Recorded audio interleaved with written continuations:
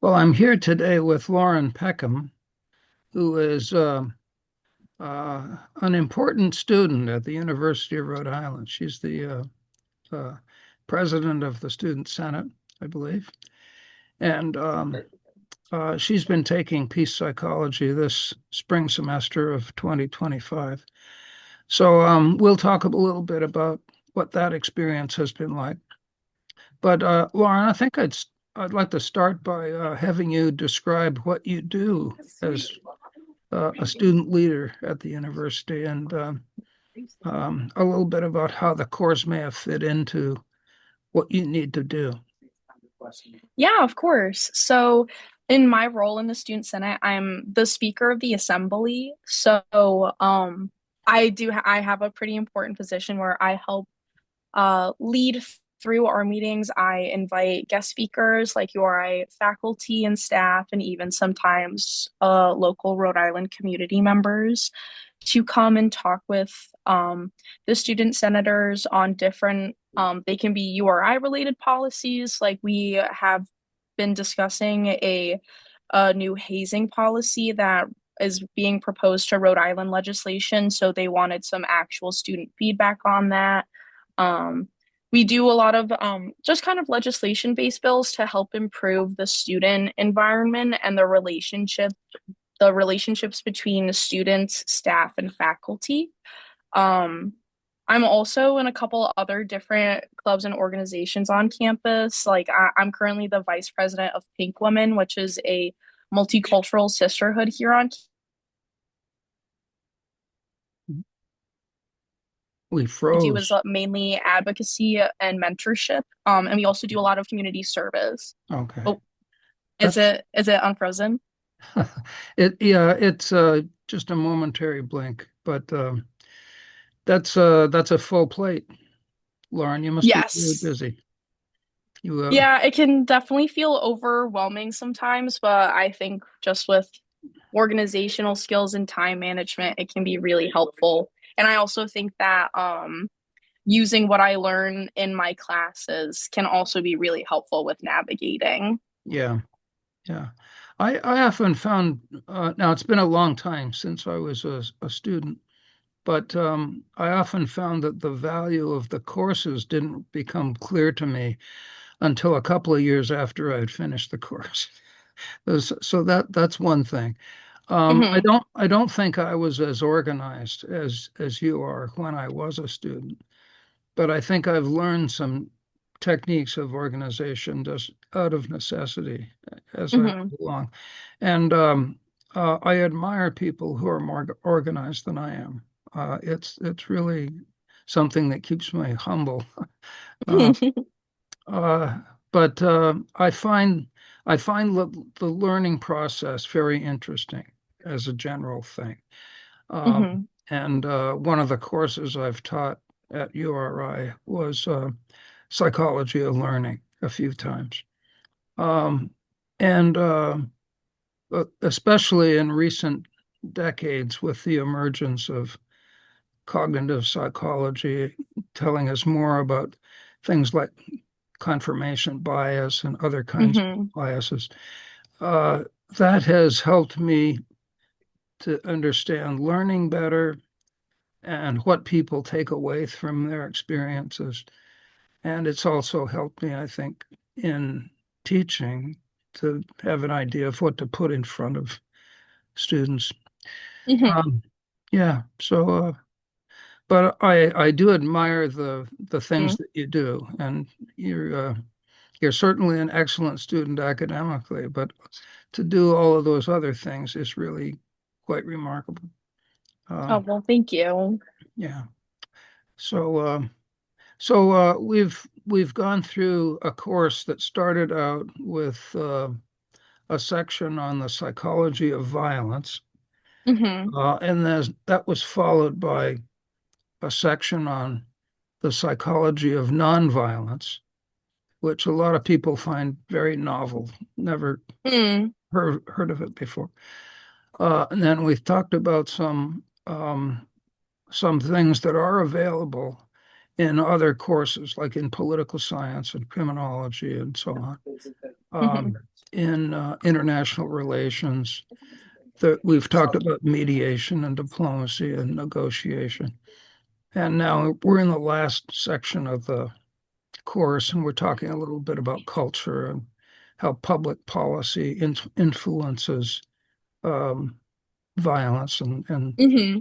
and the opposite of violence. Um, so, what do you think? Has this been a worthwhile course for you, or did you already have it down before you started? I definitely think it's been absolutely, it has been a worthwhile course. Um, I've never taken an online asynchronous course before, so I prefer in person. Yeah, I do too. So I was nervous I wouldn't be able to connect with the material the same way that I would be with an in-person class, but the way that the discussion posts and the way that the modules were set up, I really think your class accommodates for that, where I felt like I was really able to like each reading builds like on each other and it helps build up the module and then the discussion posts and being able to discuss with students um their thoughts and their insights on the readings or the movies or the lecture videos um was really beneficial. And I think maybe my favorite module was the psychology of nonviolence. I also did really appreciate the conflict outcomes module because I think it helps um kind of lead into what we can do with that knowledge of what is violence, what is nonviolence. But I agree with you that the psychology of nonviolence is such a novel idea because I had no idea that you have to actively engage in nonviolence. It's not just the absence of violence. And I think when you're introduced to that idea and then you're supplemented with all this information on why you have to actively engage in, peaceful modes of thought or peaceful ways to encourage change, especially change on like a broad field, having that understanding of nonviolence is so important. Yeah. And the thing that impressed me was that being peaceful doesn't automatically solve problems or make you successful, Mm-hmm. but it creates opportunities for problem solving that violence just doesn't offer you. And sometimes the results of nonviolent problem solving can be very surprising.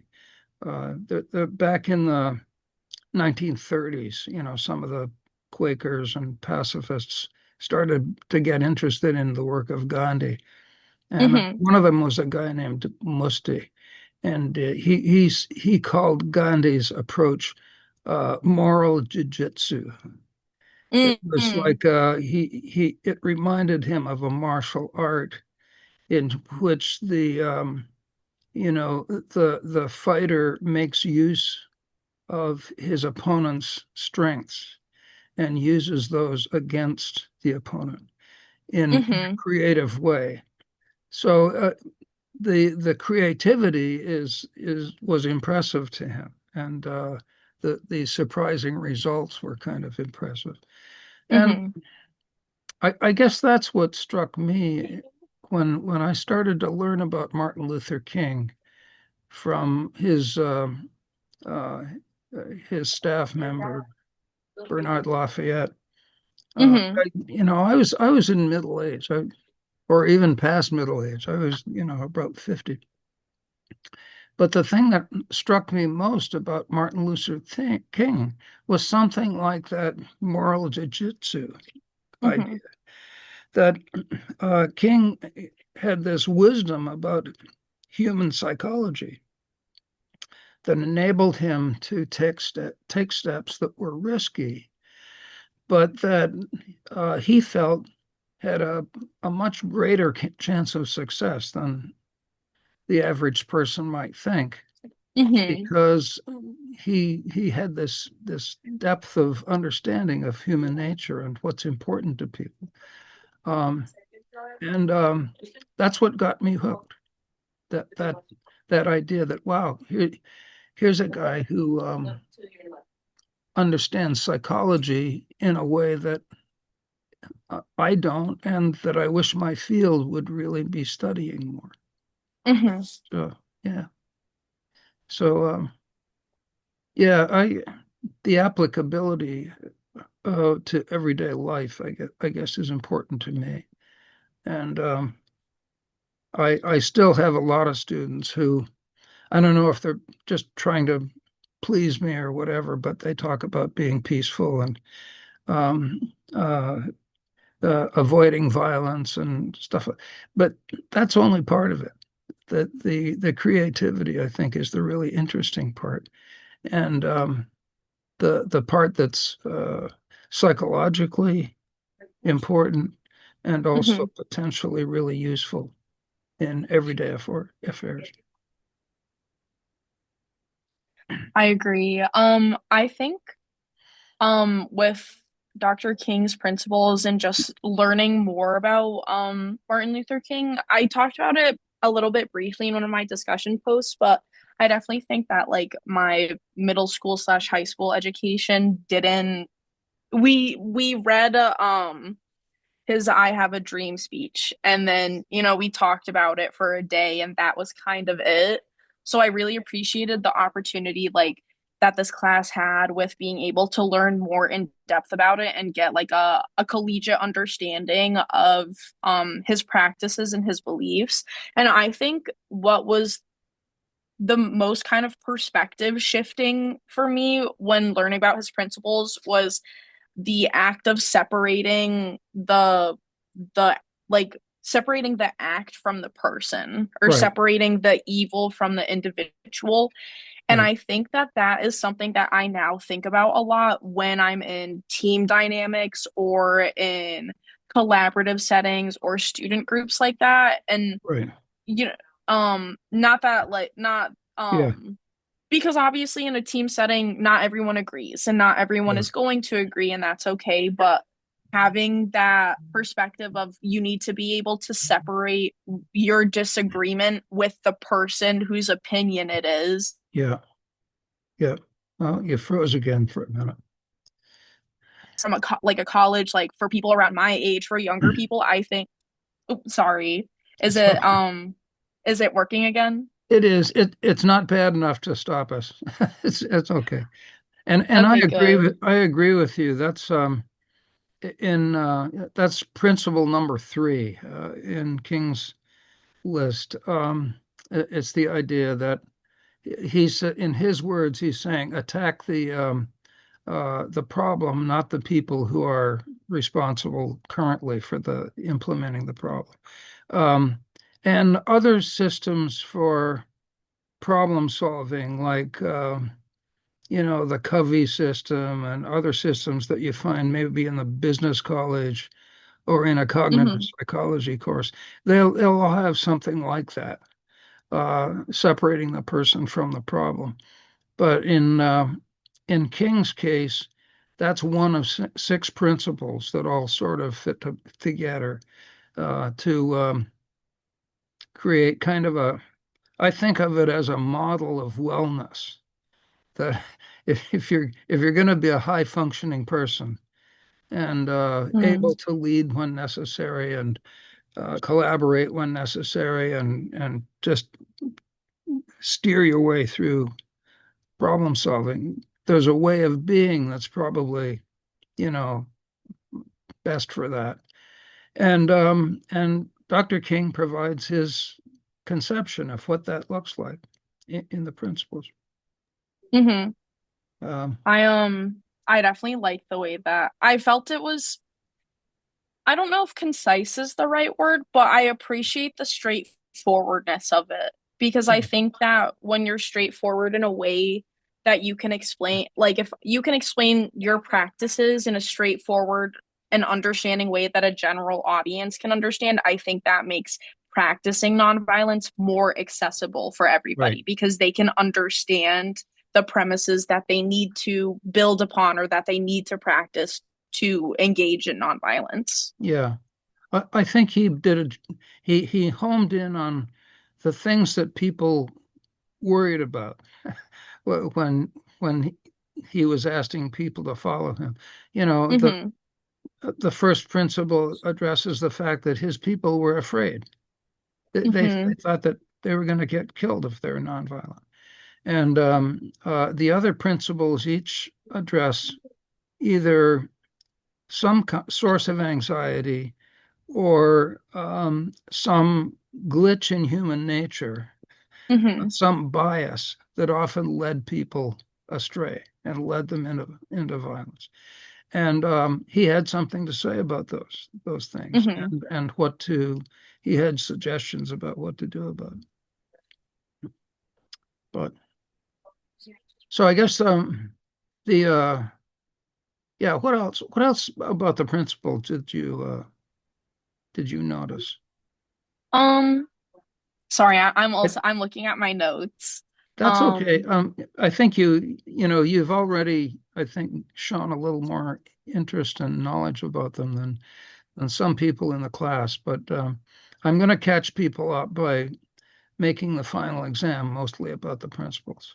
So I you're sort of passing the final exam by doing this work. So Oh, well, good. Good. I'm glad. This is my this is my studying. Um, I really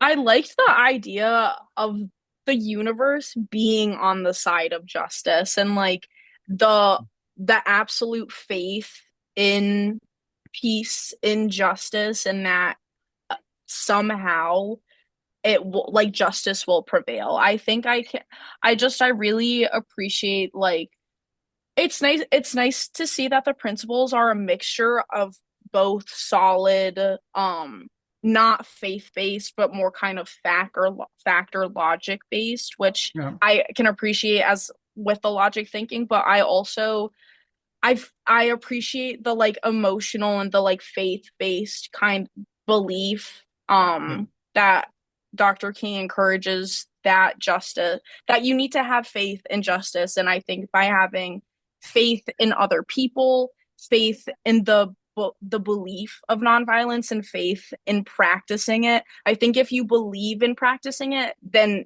absolutely yeah, it will be successful because if I think that if you believe in something, it will be successful. yeah. I mean, Dr. King comes out of a religious tradition. The Hmm. principles of nonviolence are fully consistent with that. But it's really interesting that they also stand apart from religion. They're very psychologically sound. And my colleagues and I, when we teach nonviolence, we've tried to do it in a language that is broadly acceptable to Hmm. major religions all over the world and to people who do not belong to a faith tradition. Um, and that, to me, that's just an aspect of how psychologically sound uh, this approach to life is. Hmm. Um, the the thing about the universe being on the side of justice, I think um, Dr. King's ideas on that, I think, evolved from 1958 when the principles were published to Hmm. 1963 when he wrote the letter from Birmingham jail. I think his language about that principle sort of shift.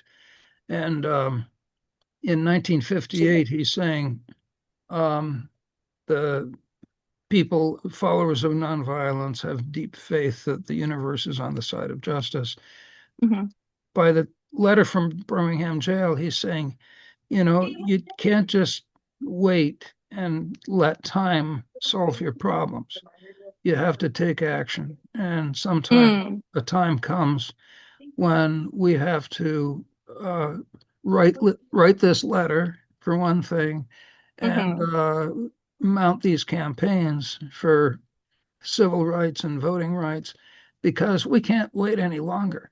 And so the idea over those 5 years, I think he shifts toward a view that yeah, the universe has the tools you need. It's got you can have justice if you want it, Hmm. but you've got to pick up the tools and you got to do something with them. It's a little more of an active pushing toward Hmm. uh, that justice.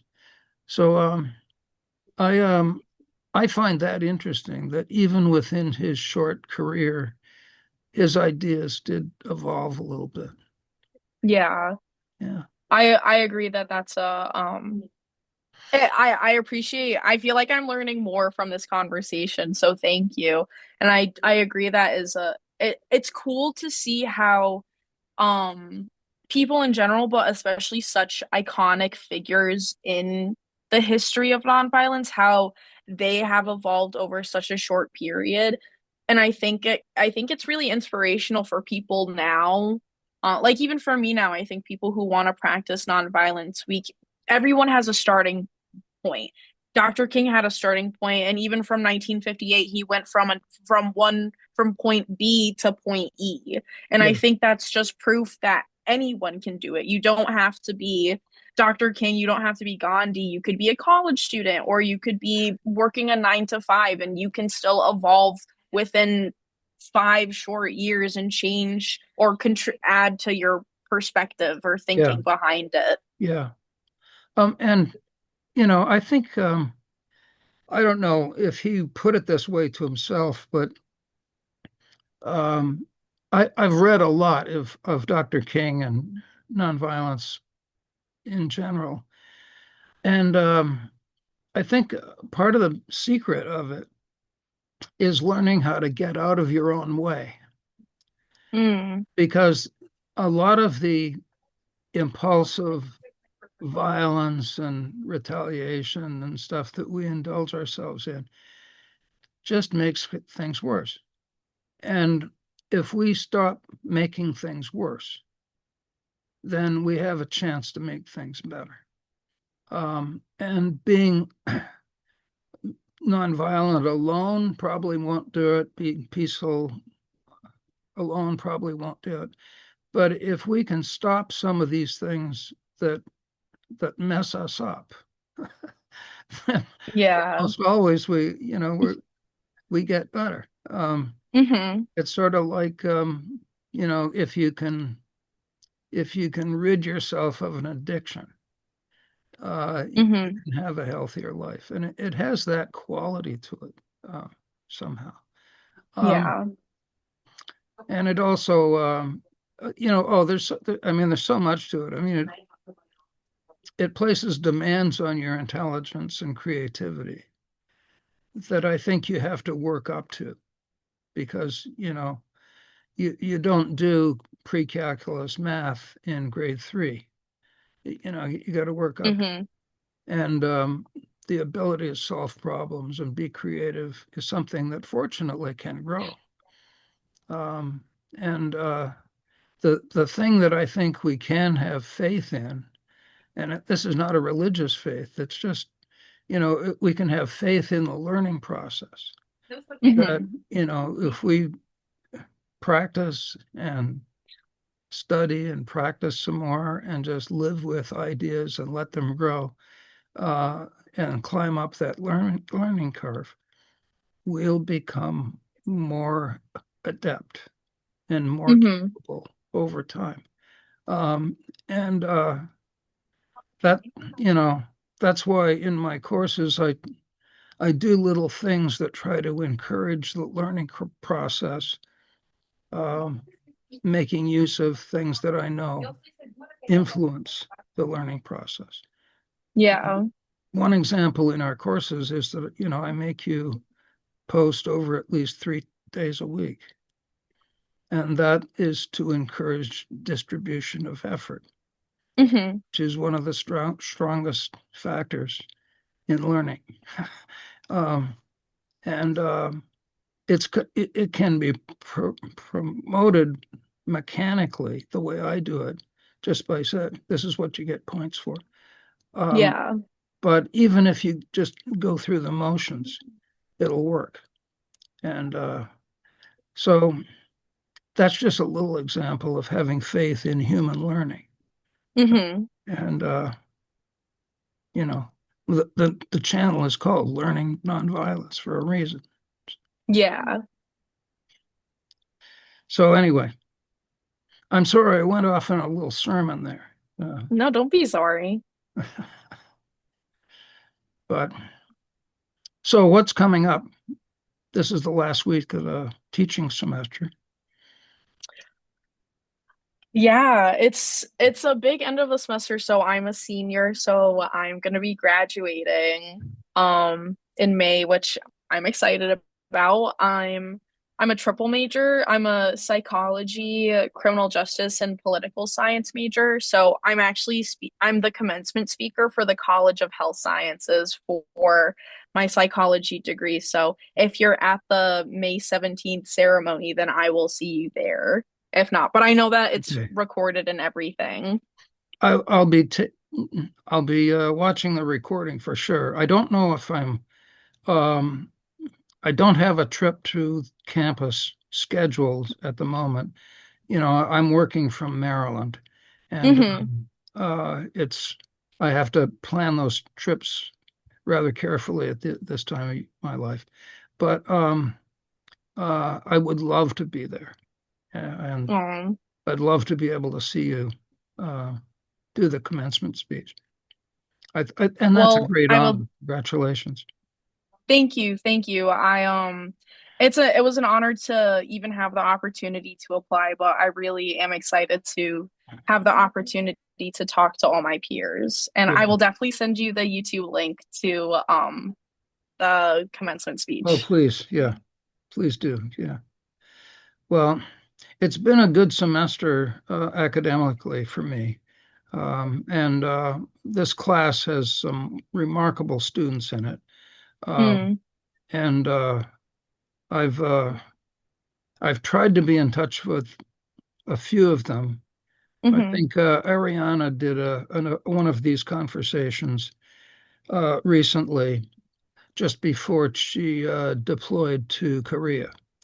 Oh Uh, wow. and she's over there now. She's uh, taking courses, and she's in signals and intelligence. And Mm, um, she found a lot of the things that we had to study about just war theory and things that are related to her profession in the military very interesting. So, hmm. um, and my goodness, I've just been very impressed reading discussion posts by students who think so well and who really reacted to the course with a great deal of thought.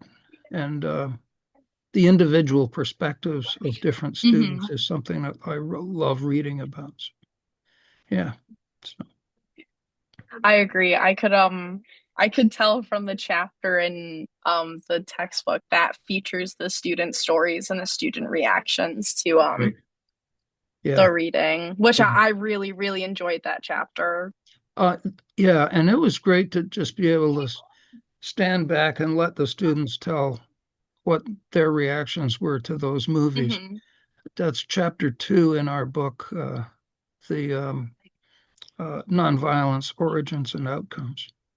Uh, so, yeah, I'm glad you remembered that because that's one of my favorite chapters too. Hmm. Yeah. Well, thanks for taking the time today, Lauren. And I know how incredibly busy you are, but it's really a pleasure talking with It was also a pleasure being able to talk with you. I really, really loved this class, so I was excited to see your email. you. Yeah. Well, I'm really glad that we did this, and I'll let you see the video and let you approve it before we put it up on YouTube. But thanks a lot, and I hope the rest of your day is great. Well, thank you so much. You too, Dr. C. Okay. Um, let's see. I'm gonna try to. There we go. Okay. Have a good day. Thank you. You I'll see you too. soon. Okay. Bye. Bye-bye.